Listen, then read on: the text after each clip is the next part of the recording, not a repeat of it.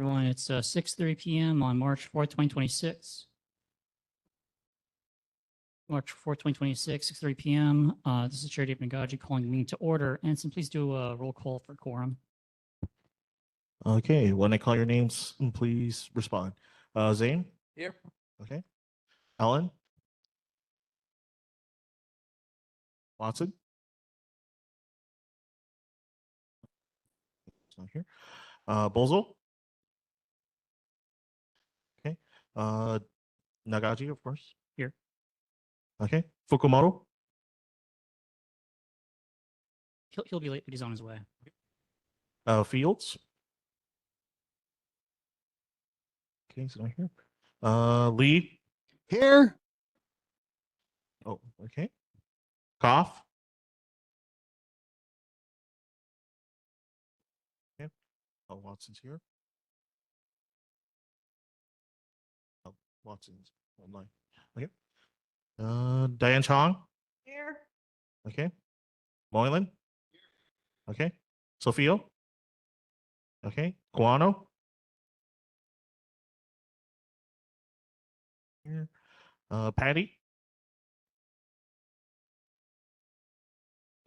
Guano? Oh, she's online.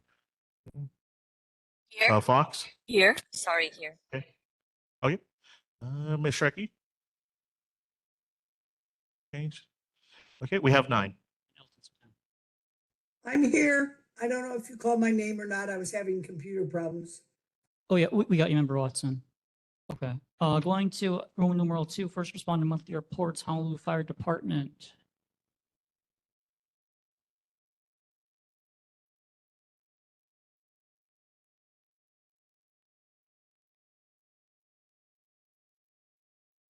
Good evening, everybody. Chris Edwards from the Mānoa Fire Station. I'll go over this response statistics and our safety tip for the month.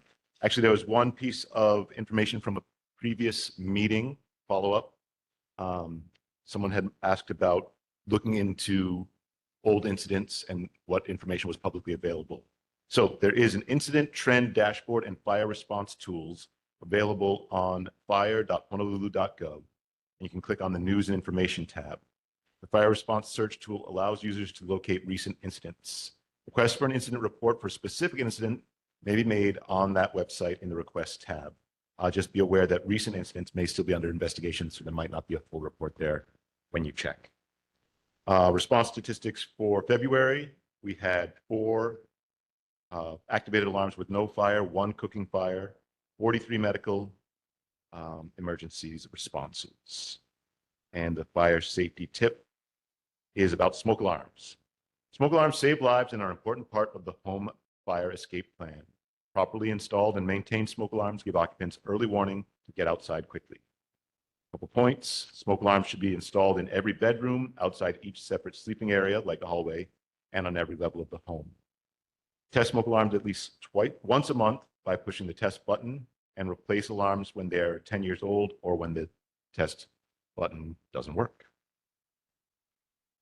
All right. Any questions for Captain Edwards? Oh, Member Fox.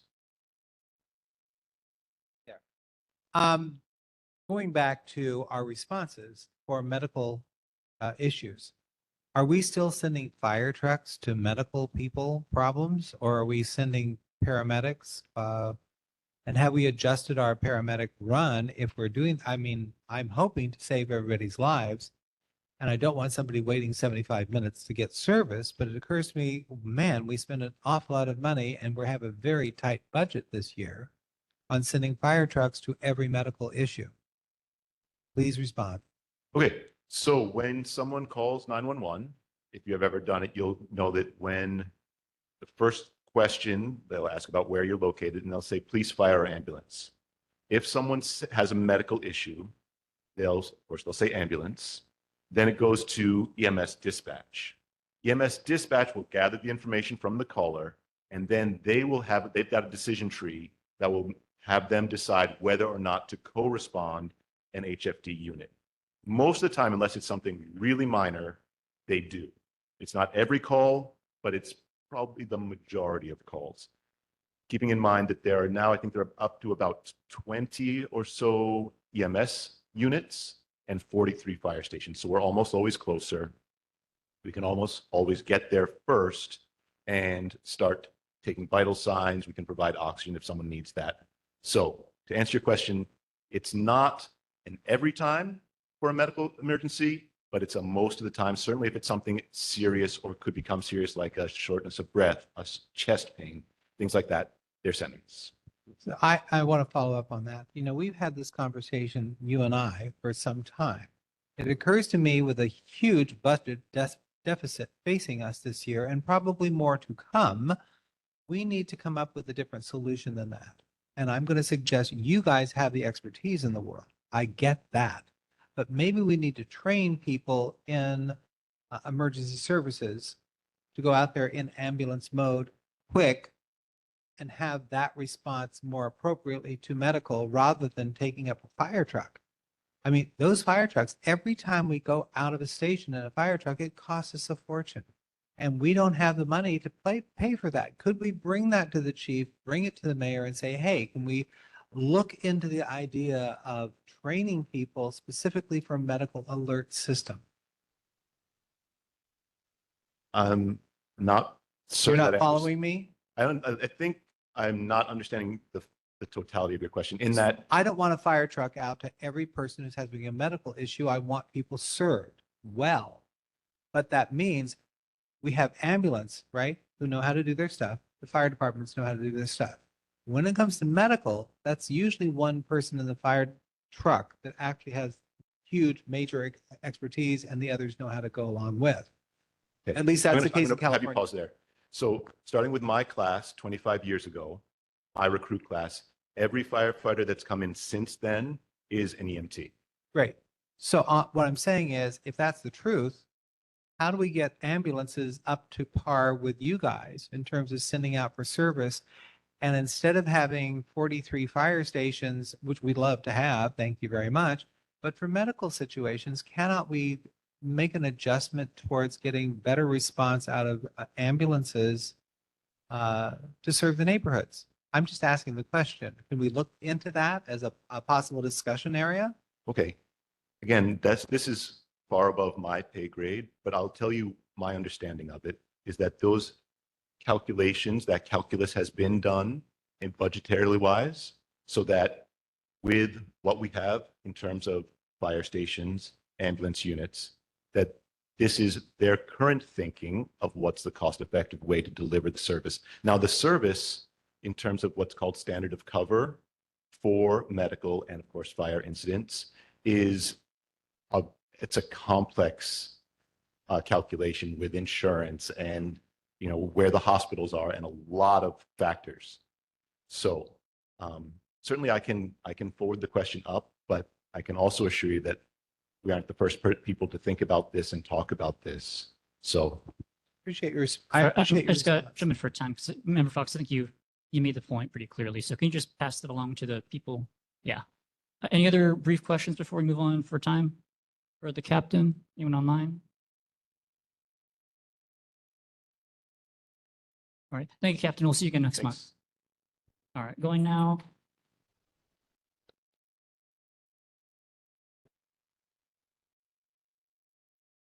Going now to item B, Honolulu Police Department, HPD. Are they online? Yes, good evening, everybody. Lieutenant Amir from the Honolulu Police Department. We're going to go over last month's statistics.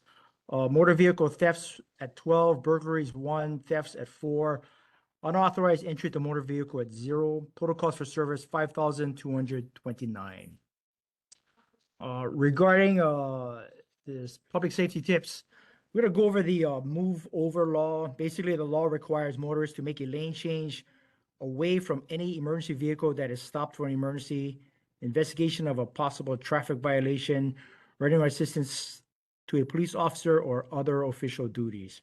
So emergency vehicles, they're defined as a vehicle belonging to the police, fire, ocean safety, emergency medical service, and freeway service patrol agencies, as well as tow trucks.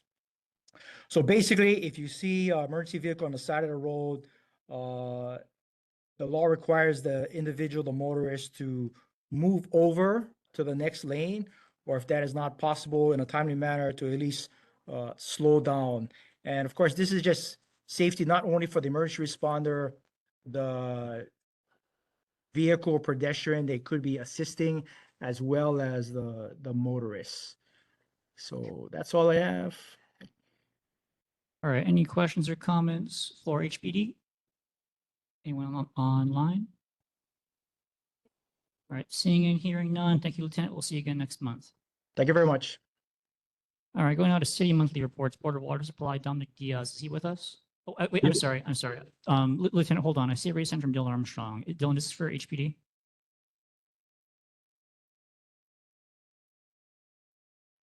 Sorry, I might have misunderstood that. Anyway, sorry, Lieutenant, it looks like that item's done. Going to Dominic Diaz.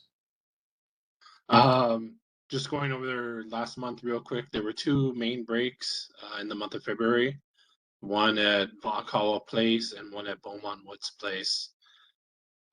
Quick general announcement, the Board of Water Supply on March 22nd is observing World Water Day. So this is a United Nations observance to raise awareness about water crises around the world. There are 2.2 billion people who do not have access to safe potable water. This year's theme is Where Water Flows, Equality Grows. And our website, borderwatersupply.com/WWD, has a bunch of information on World Water Day and the water crisis around the world, as well as our social media accounts. We'll be putting out informative posts on the subject. At this time, I'd be happy to take any questions on behalf of the Board of Water Supply. Or any questions or comments for Dominic Diaz or Board of Water Supply? One person, anyone online? All right, seeing and hearing none. Thank you, Dominic. We'll see you again next month. Thank you. Going on to item B, Mayor Rick Bongiorni's representative, Deputy Director Gavin Thornton, who I think is online with us today. Hi, everyone. Sorry I couldn't be there tonight. I have 5 follow-up items from the last meeting that I'll just tick through. The first item was resident expressed concern that the pedestrian signal timing at the intersection of Baratania and Macaulay should be retimed. And the Department of Transportation Services said they'd investigate and make adjustments as necessary. There was another concern raised about parking issues due to cars parking on walkways near 2544 and 2538 Ala Ula Way, causing pedestrians and children to have to walk into the streets. Department of Transportation Services did an investigation into cars parking there. At the time of the investigation, when folks went out, DTS did not observe any vehicles parking on the unimproved sidewalk areas. However, in speaking with the residents, they confirmed the issue. And as such, DTS will be asking the assistance of the Honolulu Police Department to monitor the area for illegal parking. DTS also recommends that area residents contact HPD whenever parking violations are observed. The third concern raised was about cars and motorcyclists speeding on East Manoa Road between Kahaloa Drive and Pakanu Street, close to the Manoa Chinese Cemetery. HPD responded to that issue. They said that from February 12th to 17th, District 7 patrol officers conducted speed limit enforcement checks in that area. During their checks, officers observed no violations. They're encouraging the public to call 911 when violations are occurring so that officers can be dispatched to the area to address the issue.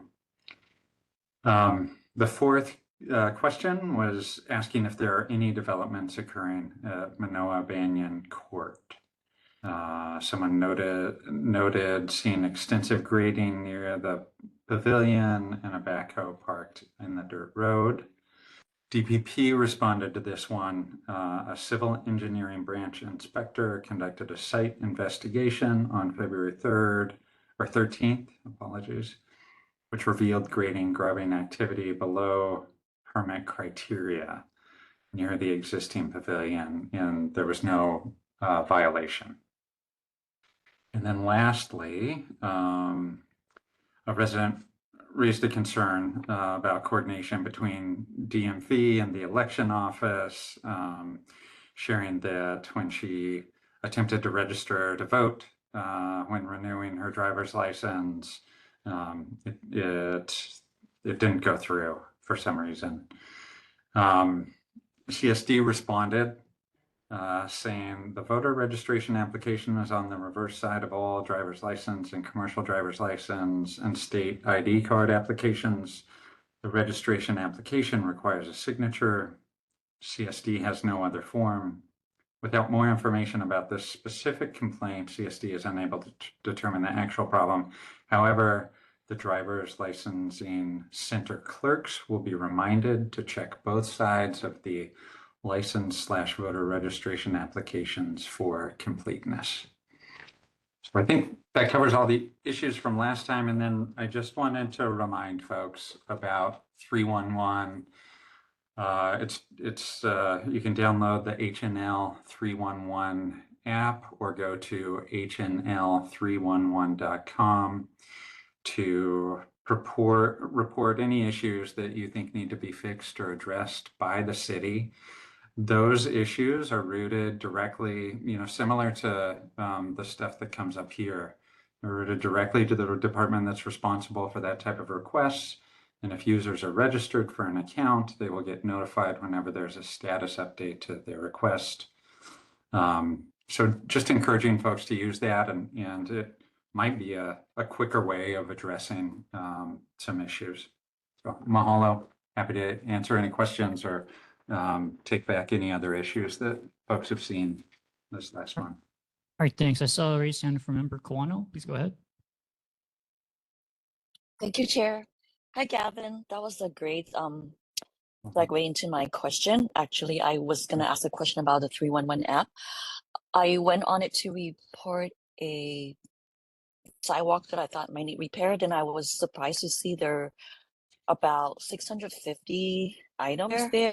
I was just going to ask you, what does that go? Like who's in charge of it, or how you guys going to manage 600 open requests, and what if things don't get done? Or it just seemed like a lot to me, 600 something items. So how do you folks handle that, or how long does it take for a request to complete? Yeah, I don't know. I can guess a little bit. I'll try not to guess too much, but one, there are lots of folks in Honolulu. It's for the whole island, so 600, given the number of people that we have, that makes sense. I actually, at a cabinet meeting recently, it was shared how helpful it was for people to be reporting issues through the 311 app when we had the weather incident. So lots of downed trees were showing up there. And it was a better, more efficient route to report through versus calling 911. I do know that what's been shared with us is that it is helping the city become more efficient. It will be interesting to see what happens with the volume. I really have no idea whether that 600 number. I think it's good people are using it, and we'll all be able to see if the city's doing its job and taking care of stuff on a timely basis. I like that transparency. If there's something you'd like me to bring back and ask folks, I apologize. I don't know for sure who's in charge of the app. I'd be happy to ask a question. Okay, great. Thank you. I'm glad that there's the app. I agree that it could help out a lot more. So I'll just gonna see how long my request gonna go through now. I'm sure you'll hear from me if it's not doing Please anything. do. But thank you. Please do let me know. Mahalo. All right, going now to Member Fox. Hello, thank you for showing up tonight. Relating to the parking issue here, you didn't see anybody parking illegally. And I get that. It doesn't happen all the time, but it happens a lot. Could we not put no parking signs along that street? I mean, how expensive is it to put a parking sign up? And does the city have even temporary no parking signs that we can put out? We have a property owner on Miley Way at 2320 Miley Way, and people are parking on their front yard, for God's sake. And they don't want to have a fight with anybody, but it's their land and they don't really want to have parking on it. We don't have a parking sign. Could we possibly get temporary no parking signs or put parking signs up on the streets which are impacted? Great question. I'll bring it back. Hold on. All right, and I saw several people. So first, in person. So as far as the customer service, what I did was recently, a couple weeks ago, the stop sign had fallen off. And so I pulled over in the car and I tried to call, but you got to do the app, tried to download the app, was having problems downloading the app. And so I ended up just calling. And she kind of told me that I had to figure it out. And then she would transfer me over to their IT. And I said, no, I'd kind of like to just deal with this now and report it. If you could just take the message and information. Because the day before I had noticed 2 teenage boys were carrying the sign home, but I told them to put it back. And I said, it's already been reported, so you need to put it back, which they did. And it was about 2 weeks ago, it took them to respond to put it back up. So it was pretty good because I think I even backed it up with an email to customer service and with location, all that kind of stuff. But it was, and I got a response via email that they received it. So it's kind of easy when I did it via email versus even a phone call or even through the app. The app is kind of hard to navigate. I mean, you're gonna have to sit there and take time to download it. And then to your other comment, which was related to my thing from last month regarding the voter registration. So this is saga number 2. So I sent in the paperwork, and then between that and last week, I double checked my party registration stuff. Everything was good. And then last week, I got another letter in the mail from the city stating, well, I have 2 comments, stating that my address was invalid. So I went online and I'm like, everything's current. It matches my driver's license. I received the mail from my mailing address. So I literally feel like I'm being harassed for my voter registration. It's got to be easier. Otherwise, no wonder why people don't vote. I'm inclined to say this is too much work just to be registered to vote. This is way too much work. I mean, for 3 different communication related to my voter registration is absolutely ridiculous. Thank you. All right. Anyone in person? All right, going to people online. So I saw Laura first. So going to Laura. Yes, it's a very quick question. I'll have a little more to say in the community concerns, but the Alawai watershed collaboration is moving forward, and we hope that there'll be people from the Mānoa neighborhood board to join in. I'll give more information at that time. But the reason why is because the proposed bridge over the Alawai Canal should be changed with the idea that Waikiki is really a separate entity. And from all of us, there's the, maybe it's unjustified, but I don't know, the form of tapping our finances on the upper watershed area for the benefit of Waikiki. And one thing is eliminating the Army Corps of Engineers flood walls and lowering a supposed bridge, which is really should be cut because of funding, and let the Waikiki people understand that they need to raise up their 7-foot limit on all buildings and retrofit their elevator shafts. But that's kind of a long way around it. What I'd like you to do is ask the DTS why they haven't published when the Fonse is coming out for that. They've already jumped ahead of asking for contractors to put out bids for RTS, but how do you do that when you haven't finished Time. the proposal? You haven't completed the process yet. So it's mainly they haven't completed the process, but they're going ahead with finding contractors. Time. Yeah, thank you. And I saw a hand from Dylan Armstrong earlier after Laura, but it went down. Dylan, did you still want to say anything? Yeah. Can you hear me, Chair Yeah. Nagaji? Yeah, we can hear you. Go ahead. Thank you. Want to mahalo Gavin for his presentation and presence. My question had to do with the administration's current perspective on changes with Honolulu Rail. We are expecting delays to the city center station into 2031. Current ridership over the last 6 months has been an average between 10 to 11,000 riders per day.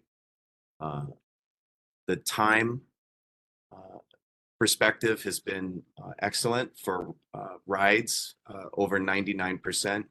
I think for most months of on-time travel time. But with these delays and with the expenses and litigation with HART, is the administration changing its revenue plan? Is it changing its funding plan for rail? Is there any interest in looking at property taxes, pursuing money from the state, et cetera? Complex question. I'm not expecting an answer right now. Again, mahalo, Gavin and Chair Nagaji. Mahalo. Thanks for not expecting an answer from me right now. All right. And are there any other questions or comments for Gavin Thornton for the mayor's office? Anyone online? All right, seeing and hearing none, thank you, Mr. Thornton. Please stick around if you can. There might be more stuff that you might want to weigh in on, but we'll see you again Great. next month if not. Thanks so much. Going now to City Council Member Scott Nishimoto.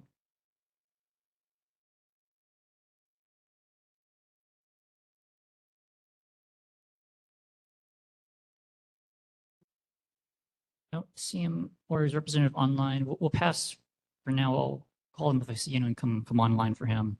Going on to state monthly reports, Senator Carol Fukunaga. Good evening, Chair, members. I have distributed the your newsletter. The office also emailed it to all of the members. The highlights that we have for March is that on February 8th, we had one of the worst storms in a while.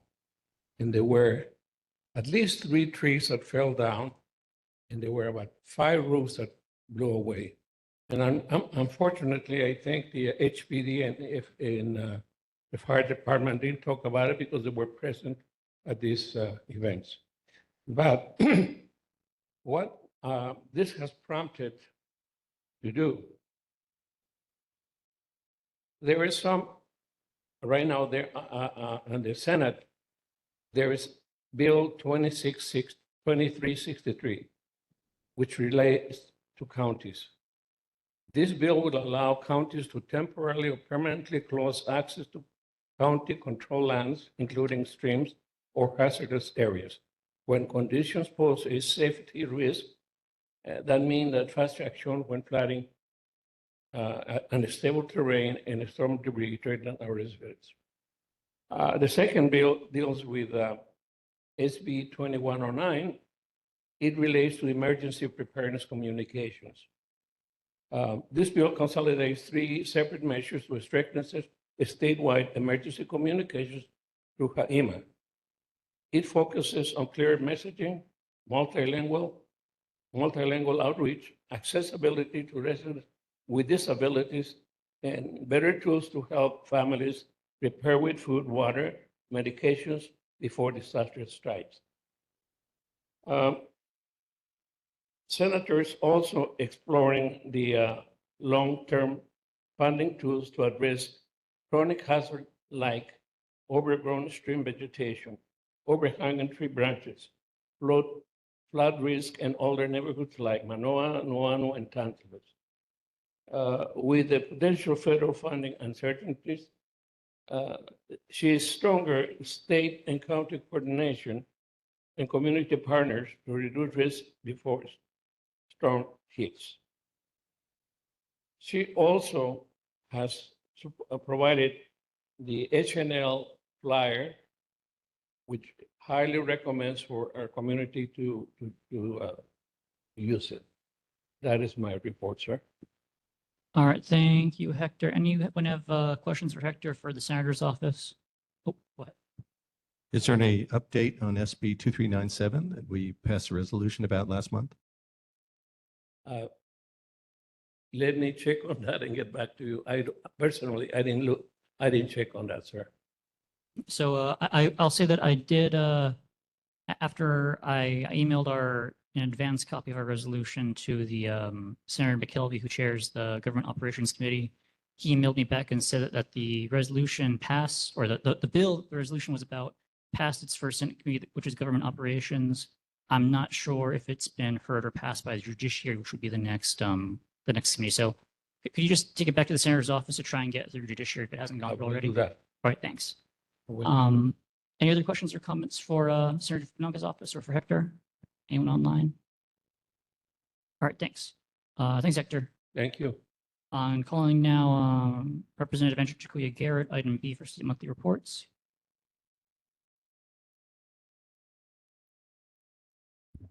Good evening, everyone.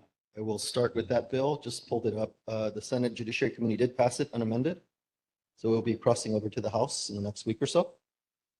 So once it starts to make its way through the House committees, it'd be helpful if you folks could do another letter reiterating your support for it. So outside of that, we're at about, next week we'll officially hit the unofficial halfway point of the legislature, known as crossover. So this is a point for people who don't understand or aren't familiar, where House bills are going to cross over to the Senate. Thank you. And vice versa, Senate bills will cross over to the House. And we'll take a stab at each other's bills, and then we'll see what's remaining at the end of the next 6 weeks or so. So the legislative process is really one of attrition. I think we started off with about 2,500 bills this year. We're probably going to end up with about 1,000 at the point of crossover. And then by the time we get to conference, it's usually half of that, and then another half of that makes it to the governor's office. So bills are whittling down. I say the most important thing we're working on right now is our financial plan for the out years. There's been a lot of coverage regarding the tax cuts that we passed a few years ago. And the governor has proposed pausing it just because we do a 6-year financial plan.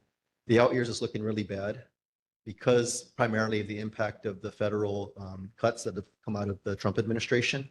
Things like Medicaid, SNAP benefits, these are all things that we're committed to backfilling. So we're still trying to figure out the extent of that impact. The governor has said that we're looking at roughly $3 billion less in federal funds over the next few years. And of course, the other potential factor is this latest military excursion in the Middle East. We're not sure what that impact is going to be on tourism or gas prices and other things like that. So we're just kind of in a wait and see approach. But again, the focus is really going to be on that financial plan, seeing if we can sustain the tax cuts or if we have to roll it back in some strategic manner, maybe keeping it for the lower income folks and keeping it in rolling back the tax cuts for people with the higher income bracket. So I think that's really going to be the main focus over the next few weeks here. So with that, I'll stop and see if there's any questions. Member Moylan?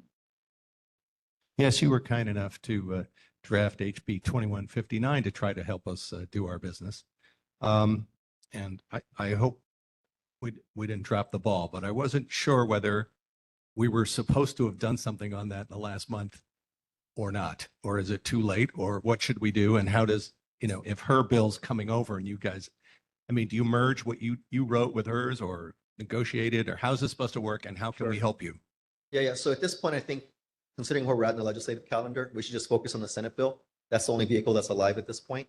So it is going to come over to the House. So we should focus on that, work on getting a hearing scheduled in the House committee, whenever it's referred. That hasn't happened yet. That'll happen in the next week or so.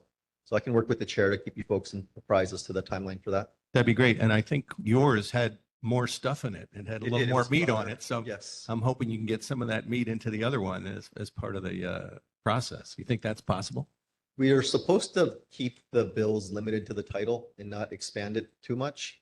So I know the bill that we had worked on together applied to all boards and commissions. Yes. Whereas this one was, the Senate bill is more narrowly Just for the tailored neighborhood for the board. neighborhood boards, correct? Okay.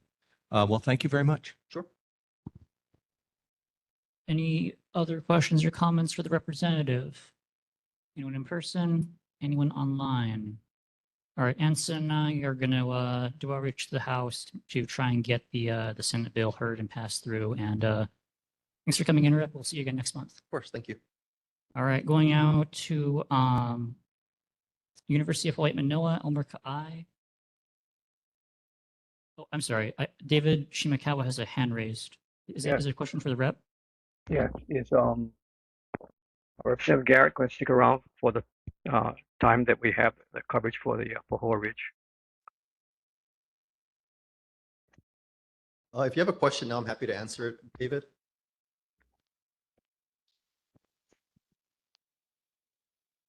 So your audio is kind of staticky, but Pahoa Ridge is later on the agenda, so we'll be there pretty soon. So I'll call on you when we get there. Thank you. Thank you. Okay, going now to Elmer Ka'ai for UH Manoa. Is Elmer online? It looks like Elmer's out, so we'll pass him for now. Going to the Governor Josh Green's representative, Lisi Goshi, online. Hi, everyone. So I have a couple of reminders that I brought up last month, but the state has the Hale Kama'aina mortgage program aimed at offering first-time home buyers below market rate mortgages. To be eligible for Hale Kama'aina, the home buyer must be a U.S. citizen or resident alien who lives in Hawaii and must not have owned a primary residence in the past 3 years. Again, this is the Hale Kama'aina mortgage program. Another reminder is that families across Hawaii can now apply for free public pre-kindergarten for the upcoming school year. To apply or get more information, you can visit earlylearning.hawaii.gov. And this information, along with everything else, is in the governor's newsletter at governor.hawaii.gov. And happy to stay on for any questions. All right, any questions for Lisa Yoshi, the governor's office? Member Fox, go ahead. Hi, I'm going to bring us back to the homeless encampments on Diamond Head. That's state land. I realized in the last month we've had one crew go out and take homeless encampment off of the Malpa side of the beach, but only up into the end of Beach Road.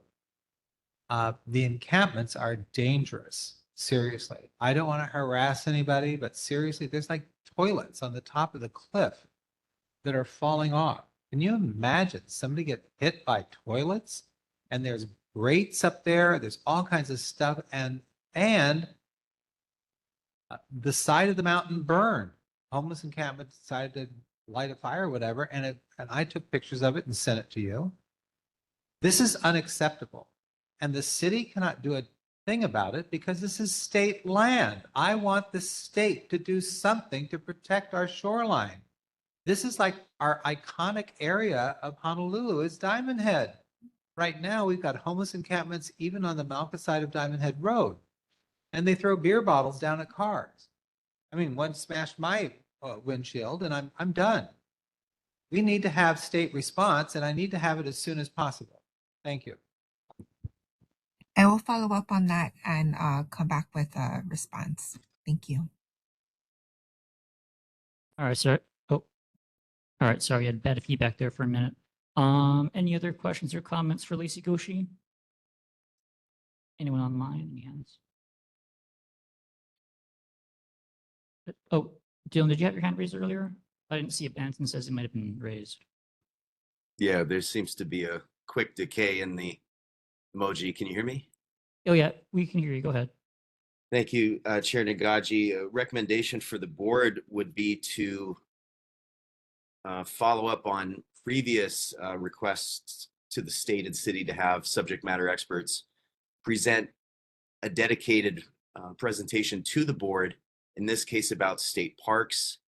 So that could be through the Office of the Administrator for state parks within DLNR or another appropriate person to learn more about the state park system. People all across the Manoa community use state parks across the island chains. So I think there's actually some relevance and some interest potentially. Mahalo.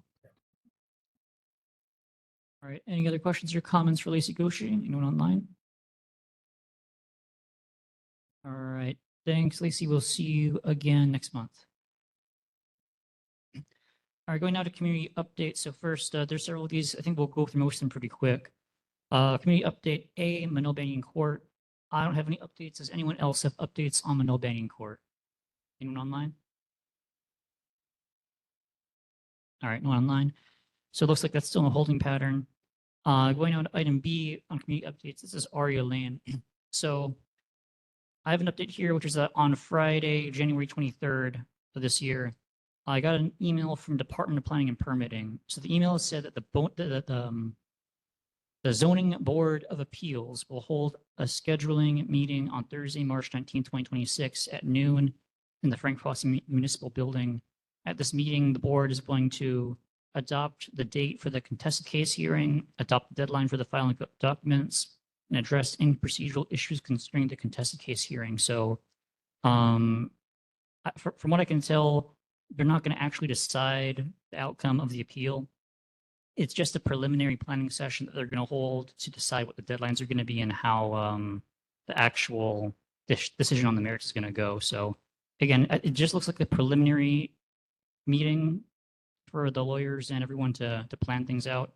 But that's on March 19th, so the ball on that is rolling, and hopefully the item will get sent to an actual appeal afterwards. Going now to all-wide flood mitigation. Any updates on all-wide flood mitigation? Chair, no updates for me. All right, going now to item D, Mānoa Pool.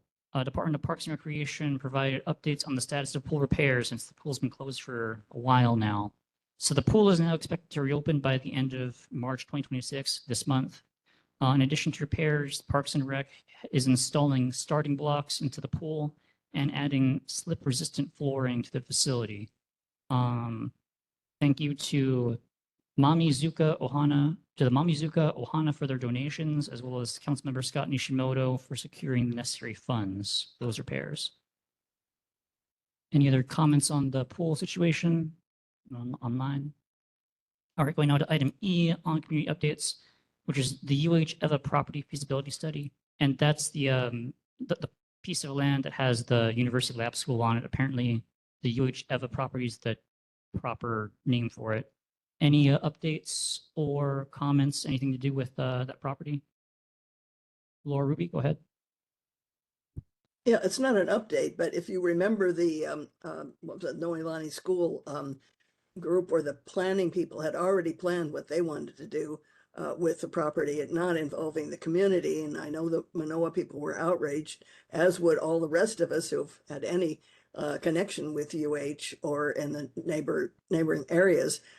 It might be nice if you, as the board, could more or less try to stop the planning activities and not make something that isn't done without bottom-up community concerns first. Thank you. Any other questions or comments or anything relating to the UH-EVA property area?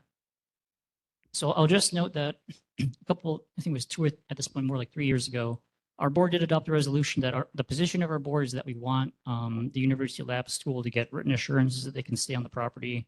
I talked to, I'm blanking on her name, but the person who's doing the community outreach for the issue, I told her what our board's position is, so she understands where she's at. Presumably the developer and the consultant also have been told where we're at. So they understand our position. There's not a whole lot we can do since we've already explained what our position is, and they haven't given us any specific plans yet. So it's hard for us to do much more until we actually see specific plans or a specific timeline of something. But in any case, going on to Pahoa Ridge, item F. At last meeting, a community member requested that a resolution pertaining to the Pahoa Ridge project be placed on the meeting agenda. However, later on, this community member contacted me. He told me that a resolution on Pahoa Ridge might not be necessary, and that's David Shimakawa, who I saw was online earlier. So, David, you can let us know what the situation is. Yes, thank you, Chair. We've been very concerned, including the residents of the Kapahulu, St. Louis district, with the project Pahor Ridge. I checked further, and we found out that Pahor Ridge, in spite of their projections, which said they would be under construction in 2027, with a construction start date this summer, actually has not received any funding to proceed further. To double check further, I had a chance running with Representative Garrett at Murakami Stadium at the Coach Les Murakami's Hall of Fame induction, and I appreciate him stopping and speaking with me. And we found out that maybe there wasn't no knowledge of what was happening with Pahor Ridge, and so if Representative Garrett, you remember you said that you would be checking on your end, and I'd be checking further on my end. And I was wondering if you have any more news, because we have news on our end. Chair, can I address that? Yeah. Yeah, thank you, Mr. Shimokawa. Yeah, so after we ran into each other at the baseball game, I did follow up with the developer of record on the status of the project. So at the time, it was a company called High Ridge Costa. But my understanding is they're no longer involved in the project. So which I take that as good news, that the thing is going to slip here. But it looks like the person who purchased the parcel, the apartment complex right at the corner of Wailai and the freeway on-ramp, is potentially looking at partnering with another developer. So long story short, High Ridge Costa, who was the one doing the community outreach, explain all the various options for that project, is no longer involved. Okay, that's good news, and that matches what we found out on our efforts. Patty Pawano did receive a reply from Chris Duchar in regards to that, but he says that they're still waiting for the awards and would proceed based upon getting the award. So I'm assuming that everything is back to square one, since they would have to reapply. Is that correct? Yes. So what they're banking on are very competitive light tax credits. And it's very competitive. Only like 15-20% of projects that apply get these tax credits for 201H projects. And these are what these developers need for these projects to pencil out. So usually when they don't get it, they just kind of go back to the drawing board, or they move on to other projects. But it's a very competitive process. There's a lot of projects competing for very little state money. That's why when like High Ridge Costa was doing their community outreach, they said, if they don't get the tax credits, and they reserve the right to look at a market rate project, not affordable housing, kind of is a plan B, but typically it doesn't pencil out because the pro forma doesn't quite work in this environment where we have tariffs that are just driven up the cost of goods. Labor costs are always high in Hawaii, construction costs. So I think at this point, things are just on hold, which is probably good news for the community. Yes. With Okay, that so Colin? respect, Oh, go ahead. with that, Chair Nagaji, I would, as I said earlier, I would seek the same cooperation from the St. Louis Kapahulu board that also objected to the project because of its overbuilding, and enlist the help of and cooperation of the Makali Moili board to ensure that any future project that goes on that site is contained within the having good housing with neighborhood values and our expectations from those living around the neighborhood. Because for sure we do not want a 20 or 28-story high-rise on that site. They would the traffic conditions are not conducive. I might add, at one time, since I do come from a transportation profession,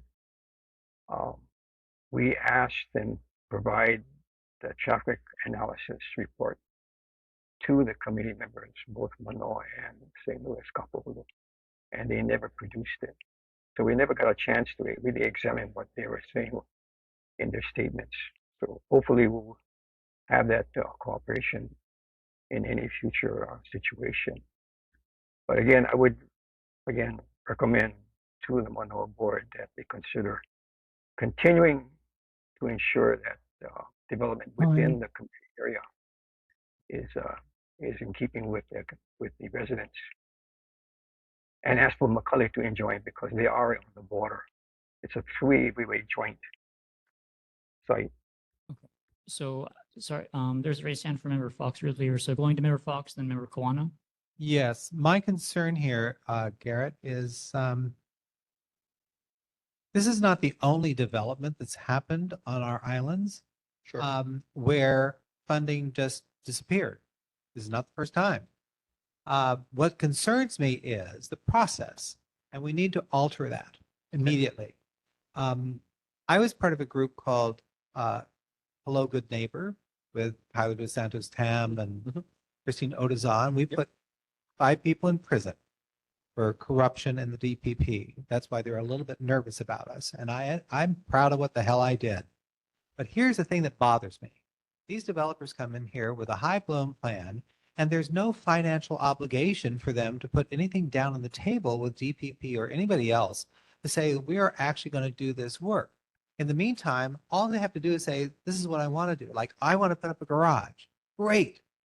But if there's no financial impediment to that, like, where's your down payment? For this particular application, you put neighborhoods in angst and fear and loathing.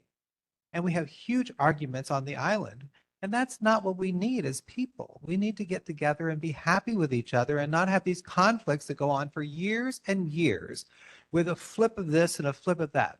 Like, for instance, our little Chinese cemetery up there in Manoa, it switches between, well, do you want to have affordable housing or do you want to have condominiums? Because 18 months later, they went for condominiums instead. Do you understand where my head's going? I want money on the table before they can ever get a permit for anything. And I think that's a reasonable thing for the state to mandate at this point in time. Otherwise, what we have is a cluster of mess all the time. So please coordinate with the city and the county, and let's get some stringent Department of Planning and Permitting financial obligations on the table ASAP. And if that's something we need to put before the legislature, then let's do it. Thank you. Thank you for your comment. And Member Kawano. Hi, thank you, Chair. This question is for Representative Garrett. Thank you for your answer, and also David for bringing that to our attention. Now that High Ridge Coster, I guess, confirmed they dropped out, and I'm sure there'll be other developers jumping at this opportunity. But what DPP approved for High Ridge Coster automatically carry forward to the next developer, or they have to start the whole process with DPP getting the exemption, the 21H thing and HHFDC. If you can share how this process is going to work just briefly, and then so everybody is interested can understand what to do. No, Thank you. Patty. That's a great question. I wish I had an answer. I'll have to look into it. I don't know if those kind of entitlements are transferable from one developer to the next. I will look into it and check in with Council Member Nishimoto as well. You can briefly respond. Actually, I have the answer for you, and that is that yes, it's always transferable. So once you put a permit in, the permit is a legal entity in and of itself. As to whether Joe Blow from Kokomo does the work or Aunt Alice does the work, the permit is the permit. So that's why this is a big complication, because anybody can come here and say, I want to build a Tutti Frutti. But we've got to have more of a restriction on that. We have to make it personal. We have to make sure that it can't transfer anymore, so that the rules that we have here in Honolulu have got to change. Thank you. All right, and I see that Mr. Shimakawa raised his hand again, so go ahead. I don't, we have to check if actually the developer did file a building permit. Because you're referring to just building permits, that would be easily done by checking the online for that particular lot. I don't recall seeing a permit, but we'll double check. Okay, well, in any case, The application with HFTC would have to be redone all over. They would have to start again over. That's my understanding. okay. So Mr. Shimakawa, it's my understanding the project isn't imminently happening. So you have my email. If anything happens, you can email me and we can talk about it. But for now, I'm just gonna take this off the agenda. Okay, thank you. I'm sorry. Any last questions or comments before we move on? Oh, Dylan Armstrong, go ahead. Yeah, I just wanted to follow up by seconding Member Fox's excellent comments. If you refer to the neighborhood plan, section 2-13-102, including item 7, believe it's 7D, each board may express its neighborhood's view, opinion, or advice on matters within the scope of the board's jurisdiction to properly fulfill its duty. So articulating what you want as the standard for community involvement in planning and development is very germane to your purpose as a board and could well merit further elaboration in meeting. Mahalo. All right. Any final questions or comments before we move on? Just checking online. All right. Hearing no more raised hands. Thanks, everyone. We're through community updates. We're now going to board business, or yes, board business. So board business item A, for filling of vacancies. So we have 3 vacancies in Subdistrict 4. I was told by Anson that there was someone who was interested in joining the board. So if anyone's interested, you can come up and introduce yourself and tell us a bit about who you are.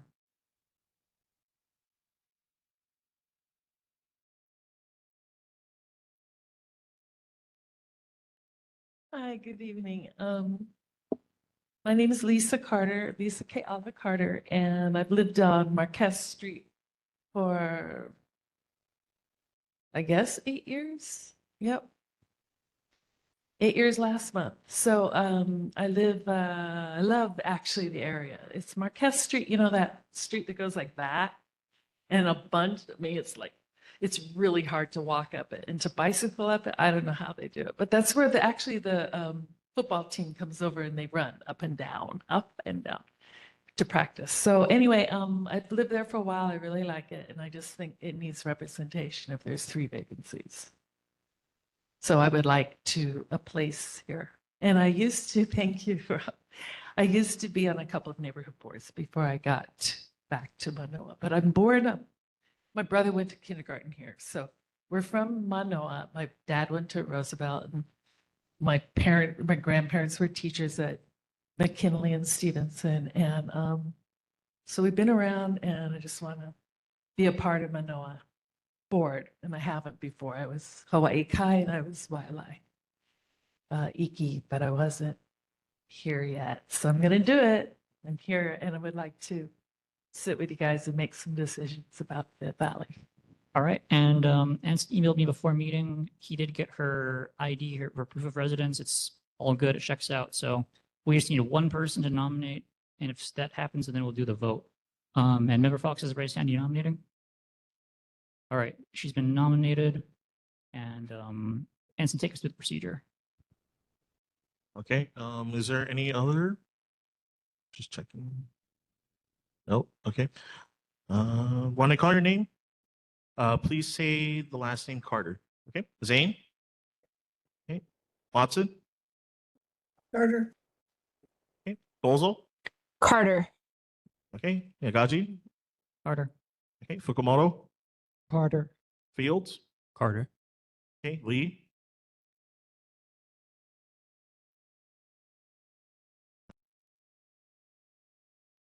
Lee, you're muted.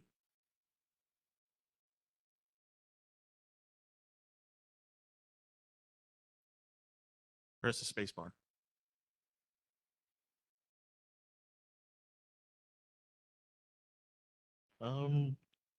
Chong, Carter. Moylan. Okay, Sophia. Okay, Guano. Carter. Okay, Fox. Okay, and Shricky's still not here. Okay, yep, she's on the board. Thank you. And you want me to swear in? Yeah, I'll swear in. You can go separately. Yes. All right, and Anson's gonna take her off record and separately do the swearing in. And while he's doing that, we'll just continue with the meeting. So before we move on, was there anyone else who wanted to present themselves to possibly join the board? Just going once, going twice. All right. So while they're doing that, we'll get started on the resolution discussion, which is item B on board business. So this is a resolution supporting prioritization of public right-of-way with member Moylan. So take us away. Okay, this is latest piece of work product out of the committee. And here's why it's coming ahead of some of the ones you've been waiting for, the sidewalks one, the undergrounding of utilities one, et cetera. When I had the meeting with Kelly Akasaki, and I told her about this issue where it seems that in many places, in particular in some of these big arterial streets, parked cars seem to have priority over people trying to drive or walk or ride their bikes. And I remember that back in where I used to live, the Bicycle and Pedestrian Advisory Committee came up with a proposal for a policy. And they said mobility uses, which is pedestrians, cyclists, and cars, should take priority over stationary uses, landscaping and parking, where the city street isn't big enough to accommodate all the desired needs. So in other words, on busy streets. And she said that if the city had a policy like that, that would greatly help our push to get sidewalks on places like Lowry. So that's why we're bringing this first, because if this goes through, she said, you know, let me know if that goes through, and then she might be able to use that to help us argue. But so here it is. Everyone's driven down Punahou Street, and right when they get to the bottom by the school, all of a sudden one of the lanes goes away because there's parking spaces painted right on the street. I'll never forget the first time I rode on King in the left lane, and all of a sudden the lane died because there were several parking spaces painted right in the middle of a lane of traffic. All it takes is one car to kill an entire lane of traffic. And we see enough of that here, including going uphill on University Avenue, where all of a sudden a lane of traffic turns into parked cars and you have to bottleneck and squeeze around it. I've never seen that anywhere else that I've lived before. But it occurred to me that maybe that policy that the bike people had suggested years ago might be useful, especially since Kelly Akasaki said it might. So we wrote this up, and I can read it to you. Should I do that, Mr. Chair?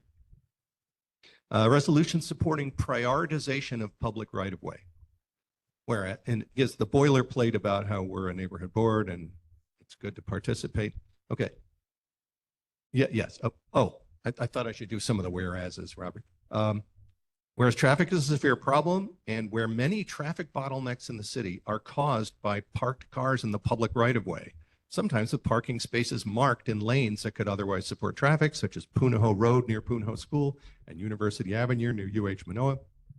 And whereas the limited right-of-way makes the cycling option much more difficult than it otherwise need be, whereas many local streets such as Lowry Avenue are missing sidewalks, the space where they might go being occupied by parked cars, and something Tom Heinrich pointed out to us, the Biden infrastructure bill, the Federal Infrastructure Investment and Jobs Act of 2021, provides 80% funding for infrastructure projects, according to the internet, for 5 years, which means you want to do them this year if you want the feds to pay 80%. And whereas a policy giving mobility uses, driving lanes for cars, bicycle lanes, and sidewalks for pedestrians, priority for the publicly owned streets over stationary uses, parking and landscaping, was proposed by the Bicycle and Pedestrian Advisory Commission back in Sunnyvale, California, was adopted by the city council there, and resulted in mitigation of several traffic bottlenecks in the city. So in other words, I've seen it work.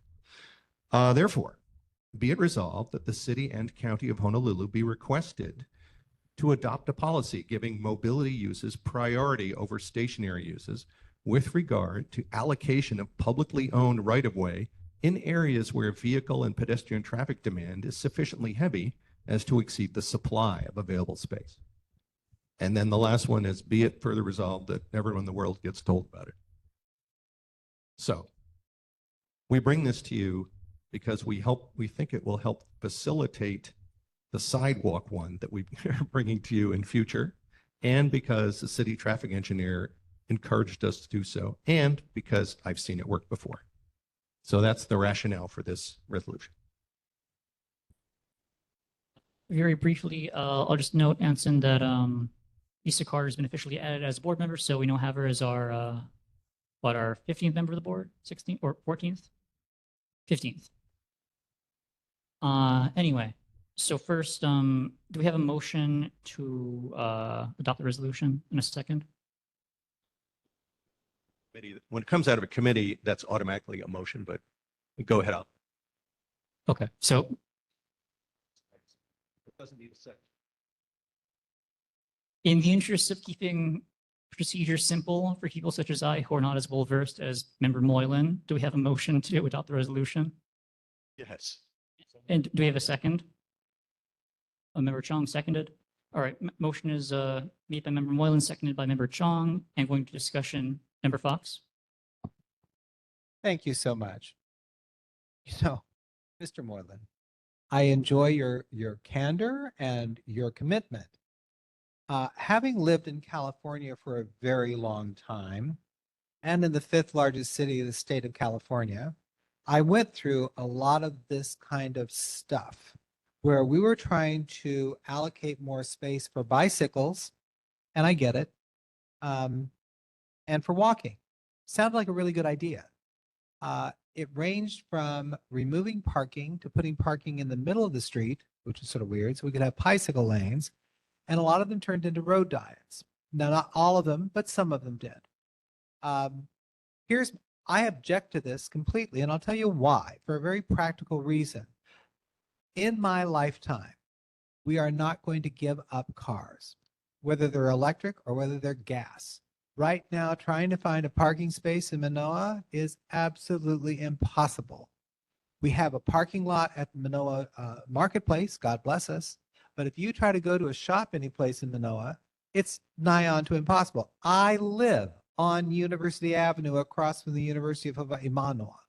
And I got to tell you something, in the morning from 6:30 to 8:30, no parking is allowed so that the commuters can get to where they want to go and get out, right? But after that, students need a place to park. And we have to prioritize the fact that we don't have enough parking ever for the amount of people who have cars in this city. Time. So I object to this for two reasons. Number one, it's not a good idea in terms of utilization of space. And number two, the results that we'll have here are not going to be extraordinary. What we have now is like 3 people on a bus running around university after the kids get to school. And so we're not even utilizing mass transit.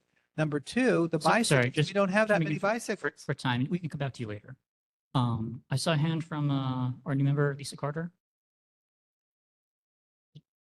Oh, you got to get a microphone so they can hear you online. For me and also anyone else who didn't quite hear the be it requested, the last paragraph, the second to the last paragraph. Thank you. Sure. Oh, here it is. Therefore, be it resolved that the city and county of Honolulu be requested to adopt a policy giving mobility uses priority over stationary uses with regard to allocation of the publicly owned right-of-way in areas where vehicle and pedestrian traffic demand is sufficiently heavy as to exceed the supply of available space. And it sounds like I should clarify something. A road diet is where you take space away from cars and give it to cyclists and pedestrians. And the goal here isn't to take anything away from cars, but yeah, exactly. Calling member Zane. No one online. So this has been an issue that's come up before several times, and I appreciate your work on this resolution. But my concern with it as it's written is the phrasing of the "be it resolved" in the paragraph above it. Because I never lived in Sunnyvale, California. I don't know what the advisory commission is in Sunnyvale, California, and how that was actually how it actually worked out over there, or the details involving it. I've been here most of my life, so yeah. And then the other thing also was that the language in the "be it resolved" paragraph is very broad. It's also uses very unfamiliar terms. Taking my hat off over here after listening to what your description was and reading it from a third-person perspective, it's very difficult for me to understand what the intent was and the execution of the "be it resolved." It's hard for me to understand what the policy goal was for this, and I like the idea. I would also probably suggest rephrasing it into more plain language so that the legislators who are going to try to make a policy out of this will understand what the objective is better.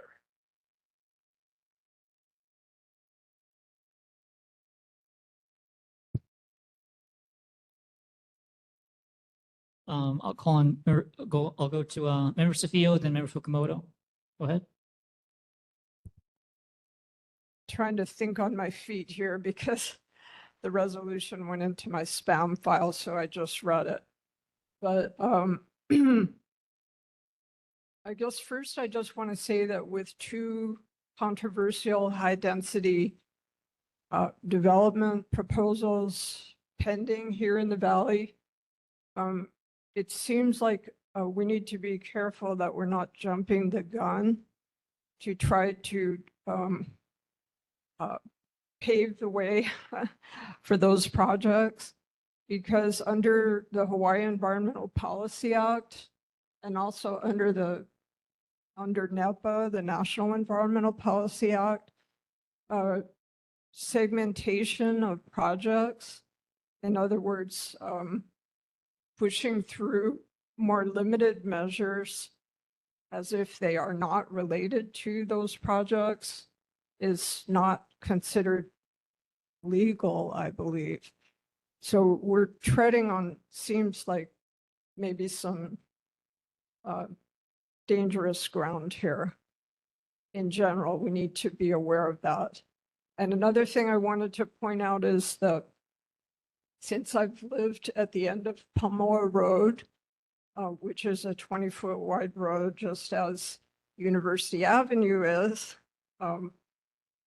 and they're university students and residents and workers at the UH that park routinely on Pamoa. So people drive slowly because the road is very narrow, and it's even narrower because we have essentially parked cars acting as guardrails.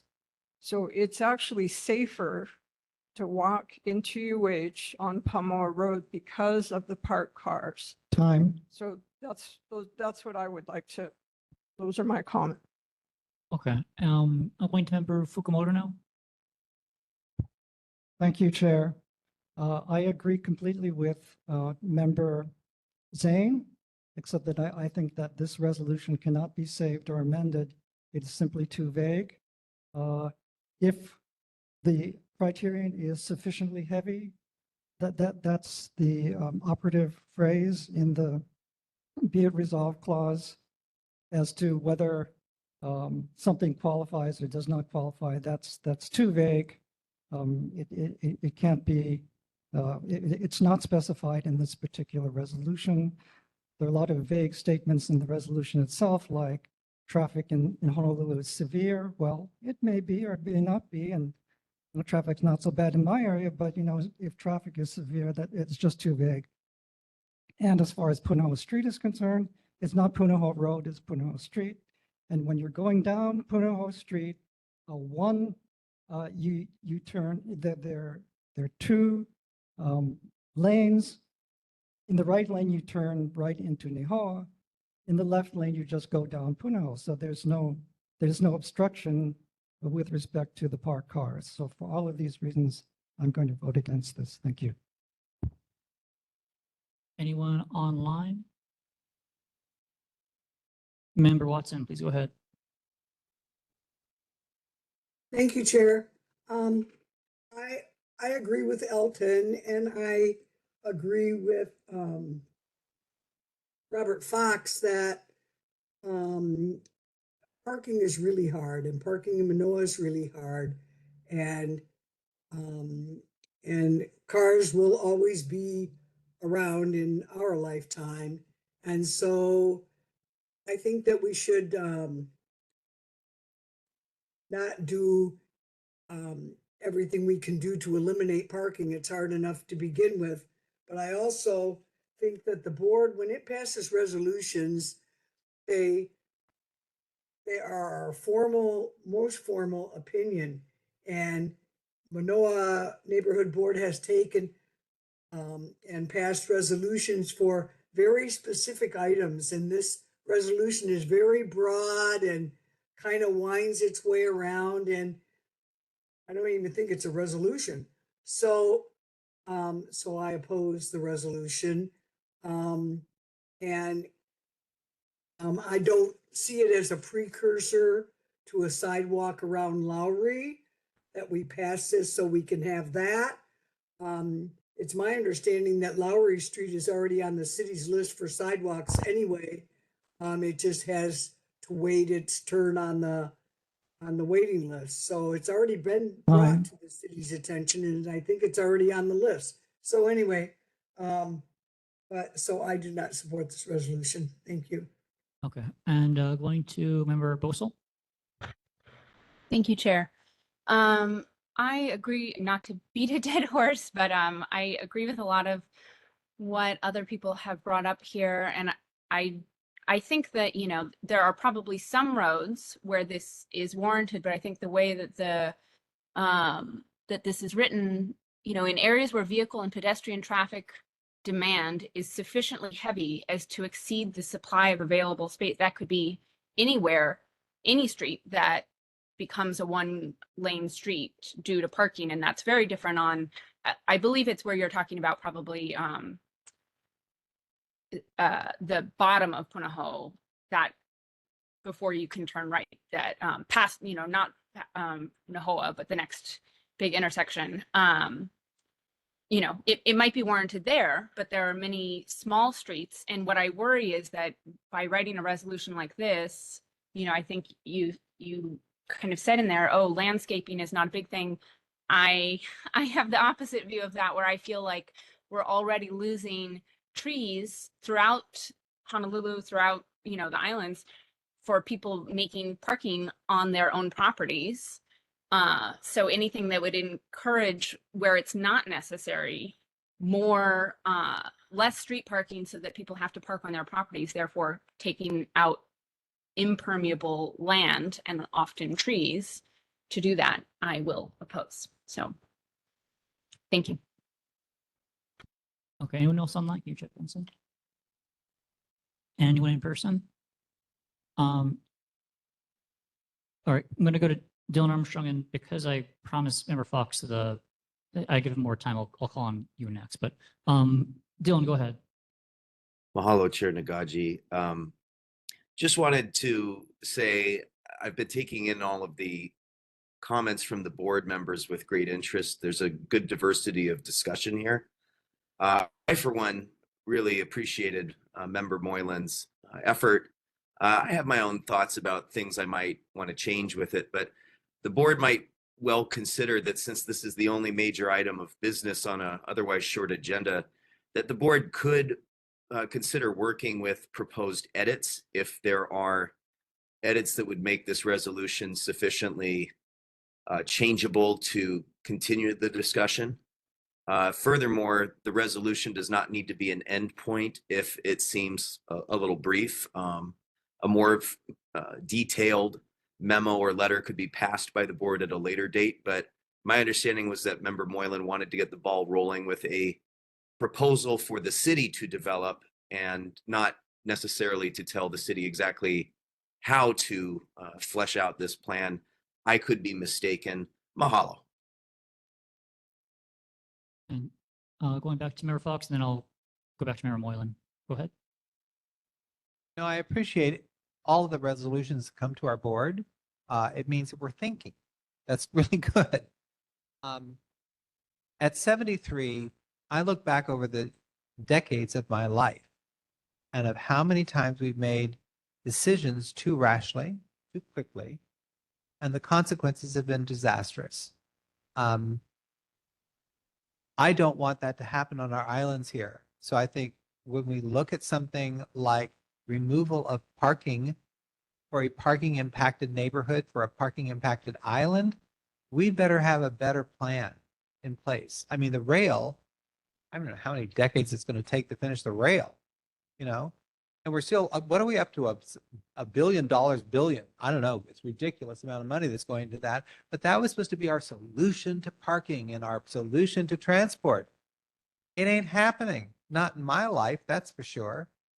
I just think we should be cautious about this. And also, I agree with the idea of generalization here.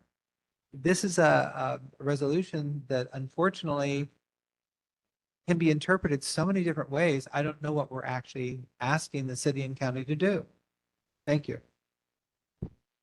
Member Moylan, did you want to respond?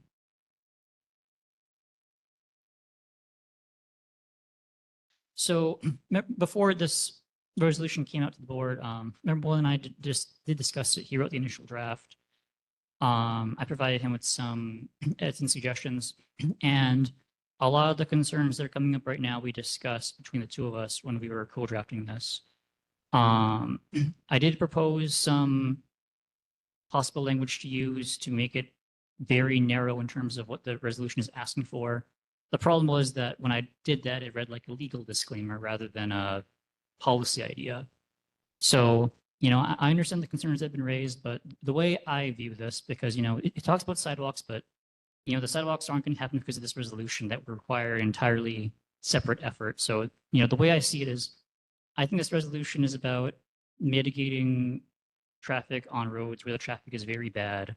I think the language of the resolution, again, you know, it's not phrased like a legal document with that level of disclaimer and specificity, but I think it's clear that we're talking about severe traffic issues. I don't think it's going to be, I think that the city and state have enough common sense to not over-enforce this and to understand just what we're saying. So I'm open to amending it, but I'm also going to be voting yes on it if it goes as is. So Member Moylan, do you want to have the last word?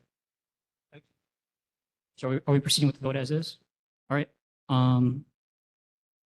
Any proposed amendments? Going once, going twice? All right, seeing here no proposed amendments, looks like we've exhausted discussion. So Anson, take us out. Okay. When I call your name, please say yes nor abstain regarding the resolution to support prioritization of public right of way. Zane? Abstain. Okay. Watson? No. Okay. Bozo? No. Okay. Nagaji? Yes. Okay. Fukumoto? No. Okay. Fields? Abstain. Okay. Lee? Abstain. Okay. Chong? Yes. Okay. Moylan? Okay. Sophia? No. Okay. Kawano? Taking a vote No. on me. No? No.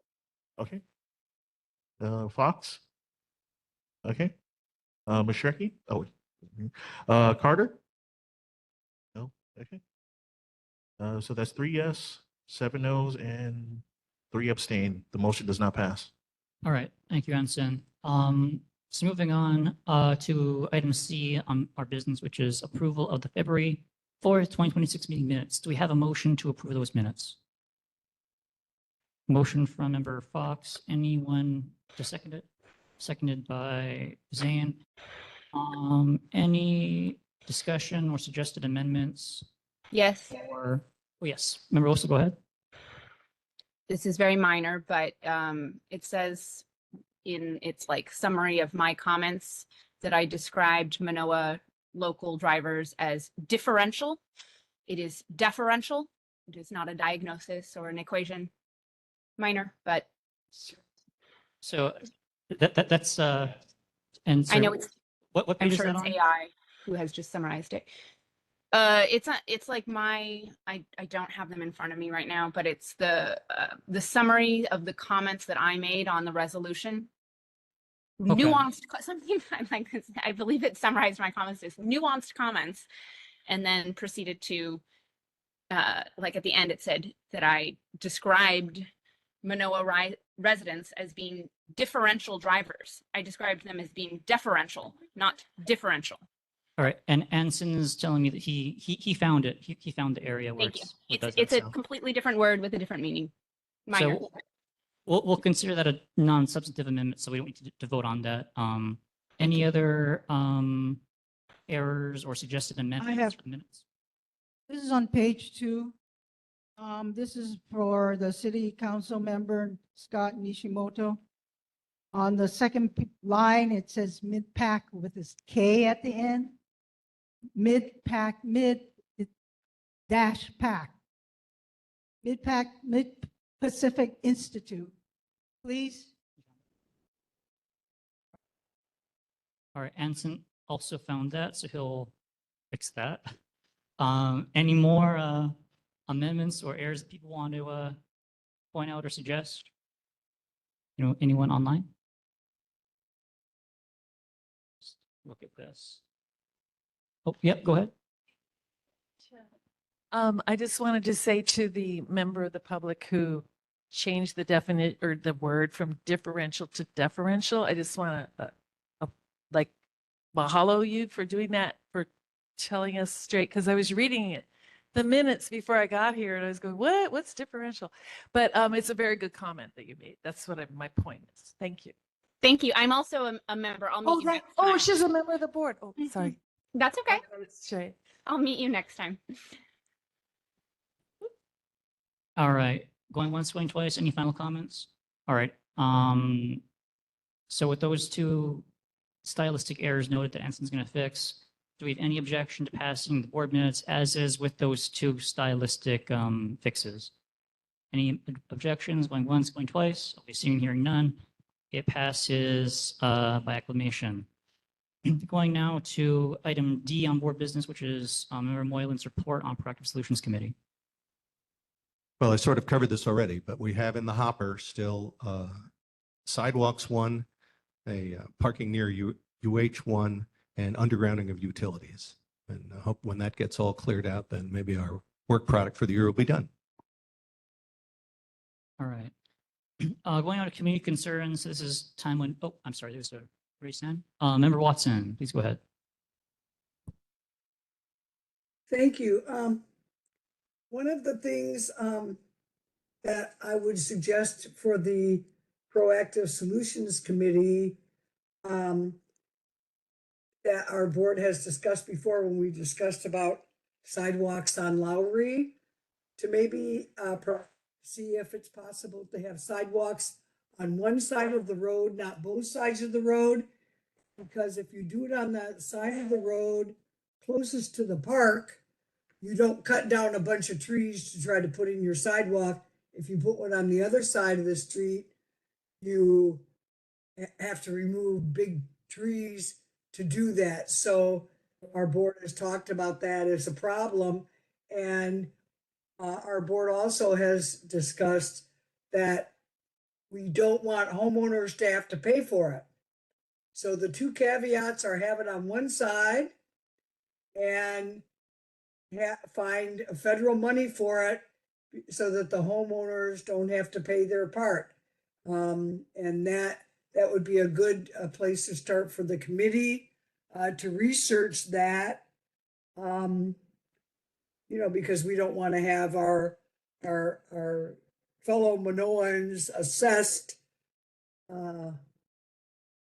to help pay for the sidewalk, and that's a deal breaker. Thank you. All right, any other questions regarding the practical solutions before we move to community concerns? Dylan Armstrong, go ahead. Chair Nagaji, mahalo.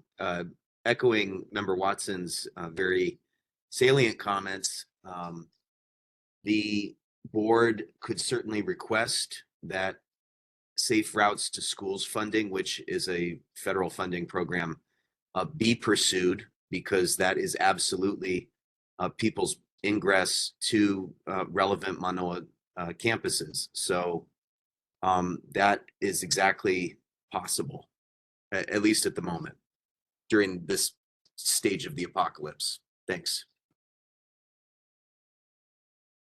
All right. Any other comments from Member Moylan and the Corrective Solutions Committee? Oh, Member Carter, go ahead. Thank you, Chairman. Member Moylan, when is the next meeting for this concern? I'd like to attend, because I think you should probably, if there is another meeting, publicize it. Maybe members of the public can come. Oh, or yeah. is We it have a just member of the for us? public who's been doing more work than some of the committee. Okay. He's sitting right over there. Oh, it's Tom.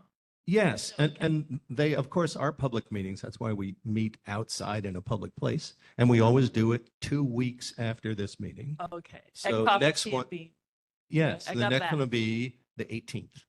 6:30 on the 18th of Right. March. And Thank you. I make an agenda and I send it out to Anson a week ahead of time. For the Sunshine Law thing? Yes, and so I think, doesn't everyone get a copy of that, Anson? Well, you should be getting a copy of it soon. Thank you. But I'll talk to you afterwards and show you my contact information and get yours. And then you can feel free to ping me or Dave anytime you want to know something about the committee. All right, any final comments before we move to community concerns? Seeing and hearing none. All right, great. We're going to community concerns now. So this is for anything that wasn't listed on the agenda that people want to bring up in person. Thank you, Chair. My name is Sharon, and I live in the Woodlawn area, Manoa, near the top where a stream begins and then flows into Manoa Stream. I'm bringing to your attention that trees from vacant P2 property land owned by an out-of-state property owner have been falling into this stream, which flows into Manoa Stream and now blocks the stream. This rich out-of-state preservation landowner has recently indicated that he does not want to spend any money to remove the fallen trees. So please know that P2 preservation property owners only pay $300 annually in property taxes per parcel of land that they own. The fallen trees are causing a backup of the stream, leading to erosion of properties and debris which enters into Manoa Stream. Many Manoa residents remember the October 31st, 2004 overflow of Manoa Stream during heavy rainfall, which caused millions in dollars of damage. Blocking a stream affects many properties. On February 7, 2026, after the heavy rainfall, a 30-foot long, 30-inch in diameter tree fell from the vacant P2 preservation property I mentioned and now blocks the stream. Myself and some of my neighbors are old and we cannot move the fallen trees and the debris so the water can flow through. Within the past week, a request for inspection has been submitted to the city's Department of Planning and Permitting, and DPP has not replied yet. Does anyone in the community or the board have any suggestions or ideas of how to make a property owner more accountable for the fallen trees from their property which block a stream? Because this affects everybody in the community. Thank you. I'm going to call on a few people real quick. First, quick question. Is the tree still in the stream or have they been removed? It has not been removed. Okay, I have some stuff to say, but I'll go to the raised hands first. So Member Fox, then Sophia, and then we'll go to people online. Hi there. Is this the Susat property? No, it isn't. Okay, I know that area like the back of my hand. So here. It's nearby. Okay. Number one, I would suggest you go to the, and I'll help with that. Go to the Department of Preservation because they hold the $300 taxation on the property. And that's so difficult to get in the first place. And nobody wants to pay high taxes on their property. And so if we're threatening to remove the $300 preservation tax, they're going to wake up and smell the coffee. The other suggestion I have is I'll help you write the lawsuit, which you need to sue the owner. And since I have properties in 5 different places around the world, I'm real willing to fly to California if that's what's needed to serve. And I hate that when people are being so irresponsible and so neglectful of their neighbors. So yes, a lawsuit will probably be that after you get rid of their tax advantage. Thank you. That I'll meet with you after the meeting. It is a 7.5 vacant property. So it's a rather large piece of land. Okay, thank you. What, sir? I'm thinking P2 property, and it's making me think of the site for Mānoa Banyan Court. Is that what you're talking about, or is this another? This is a private smaller, land, private smaller land. private property. Oh, Correct. okay. Okay.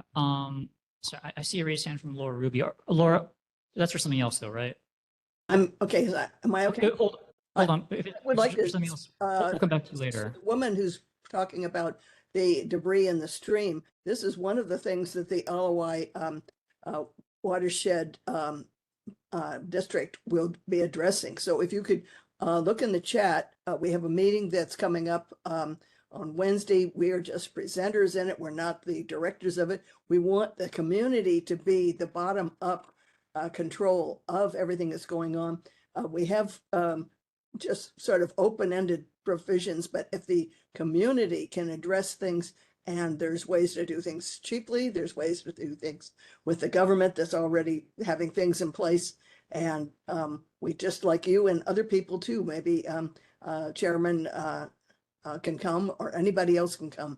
We just would like you to come and we'll just flesh it out at that time. Thank you.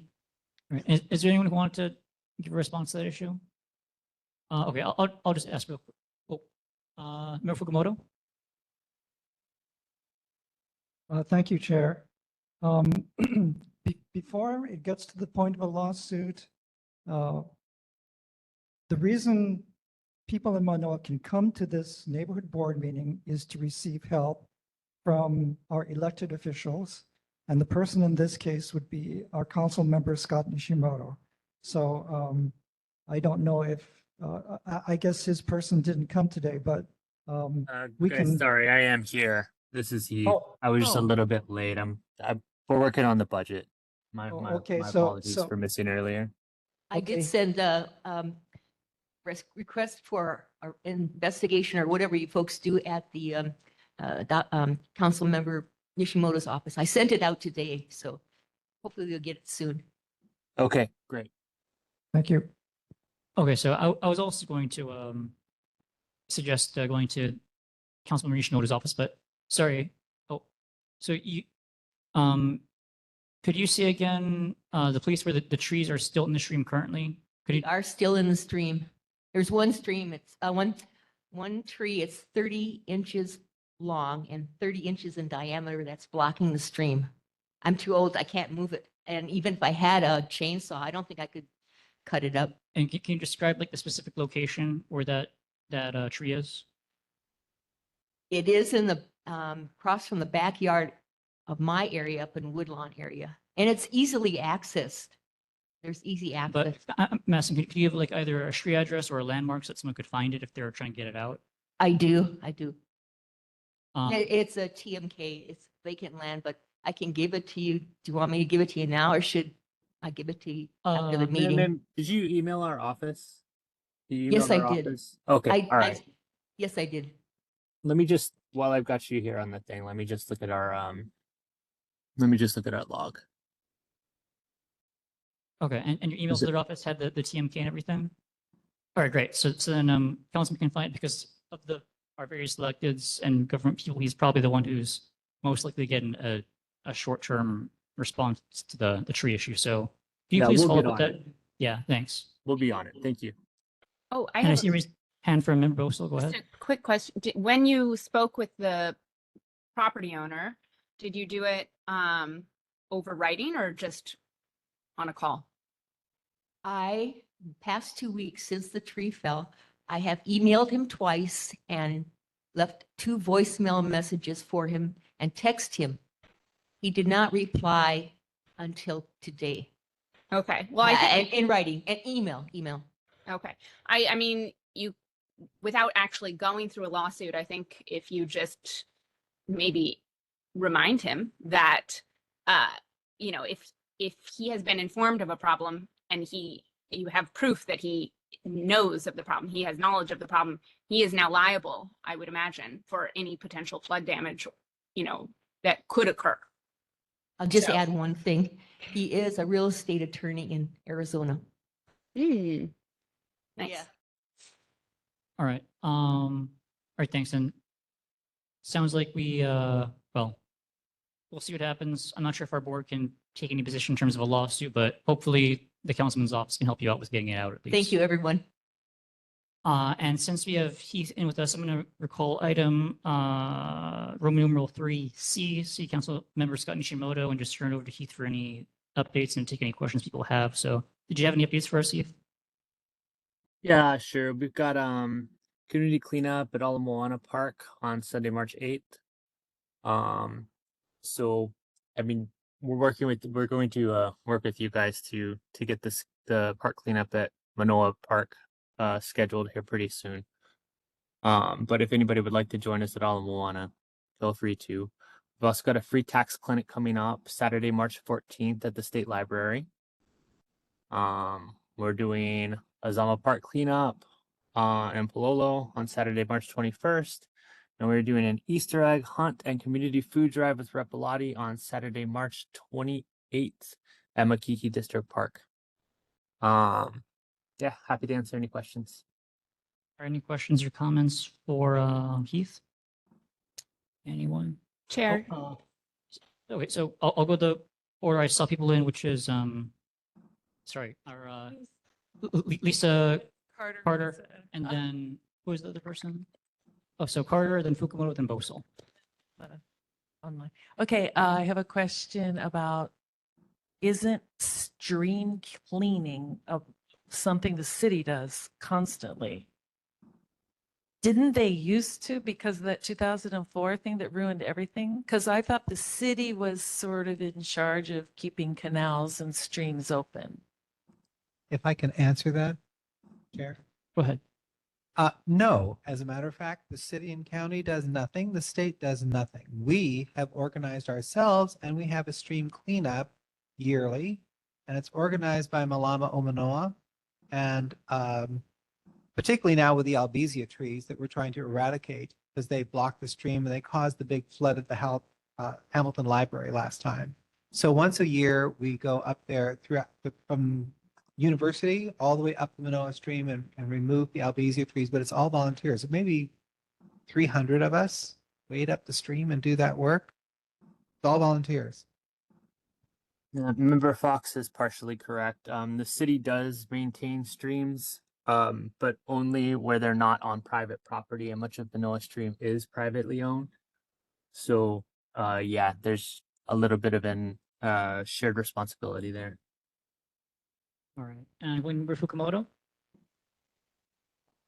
Yes, thank you, Chair. I went to the collection of electronic equipment at Mid-Pacific Institute. I would call it Mid-Pac with a K, except that apparently that's a misspelling. I went there and I was really surprised to see Councilmember Nishimoto physically taking some of my electronic equipment out of my car and doing a lot of hard work. And he surprised me. And I just wanted Heath to let you know that I really appreciated your boss being there. Thank you. I'll let him know. Thanks, Member Fukumoto. And I'll say very briefly on a similar topic, you weren't here, I don't think, Keith, but we did thank your boss and his office for securing those funds to fix up the pool. So thanks for that. Let the council member know. Thanks. Great. Will do. Going on to Member Bosel. Thank you, Chair. I had put it in the chat, but I was just asking if those dates of those other all the other events that Heath mentioned could be put in the chat, just so that was a lot of dates and events. Thank you. For sure. I'll do it right now. All right. Any last questions or comments for Heath or the councilman's office? Oh, Member Fox, go ahead. I already talked about this. If the council member can do us a favor and like contact whoever needs to be contacted to clean up Diamond Head Beach and Road, I'd appreciate it very much. The homeless encampments are dangerous and they burned half the mountain.